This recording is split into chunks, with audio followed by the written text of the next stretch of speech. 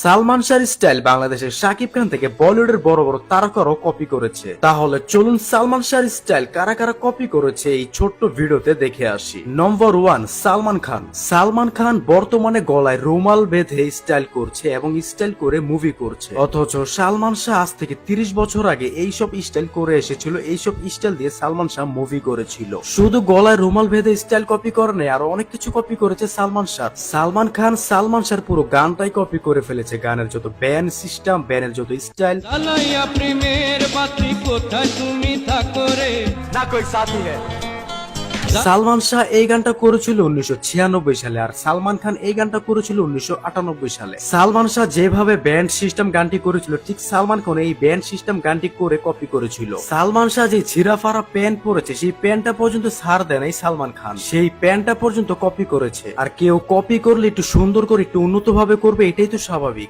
নম্বর 2, শাহরুখ খান। শাহরুখ খানও সালমান শাহর মতো গলায় রুমাল বেঁধে স্টাইলটিও কপি করেছিল। গলায় রুমাল বেঁধে স্টাইলটি কপি করার পাশাপাশি আবার কপালে রুমাল বাঁধার স্টাইলটিও কপি করেছিল। একদম হুবহু রুমালের কালার, চেহারার এক্সপ্রেশনটিও মিলে গিয়েছে। নম্বর 3, আমির খান। আমির খান ধুম সিনেমায় সালমান শাহর এই স্টাইলটি কপি করেছিল, একদম হুবহু মিলে গিয়েছে। অথচ ধুম 3 রিলিজ হওয়ার 20 বছর আগে সালমান শাহ এইসব স্টাইল করে এসেছিল। নম্বর 4, ঋত্বিক রোশন। ঋত্বিক রোশন ও সালমান শাহর স্টাইলটি কপি করেছিল। ঋত্বিক রোশন যোধা আকবর মুভিতে সালমান শাহর এই স্টাইলটি কপি করেছিল। নম্বর 5, আশিকি 2 নায়ক আদিত্য। আদিত্য সালমান শাহর স্টাইল কপি করেছে, এবং আদিত্য শুধু কপি করে না, আদিত্য সালমান শাহর অনেক বড় ফ্যান হয়ে গেছে। এখানে একটা কাহিনী আছে। কাহিনীটা হলো আশিকি 2 মুভির কিছু কিছু স্টাইল সালমান শাহ থেকে নেওয়া হয়েছে। পরিচালক আদিত্যকে বলে যে বাংলাদেশে একজন পুরনো সুপারস্টার আছে, স্টাইলিশ সুপারস্টার, তার নাম হচ্ছে সালমান শাহ। তারপর পরিচালক সালমান শাহর কিছু ভিডিও ফুটেজ আদিত্যকে দেখানো হয়, এবং আদিত্য সালমান শাহর স্টাইল দেখে অনেক অবাক হয়ে যায়। তারপর পরিচালক বলে যে তুমি সালমান শাহর স্টাইল কপি করো।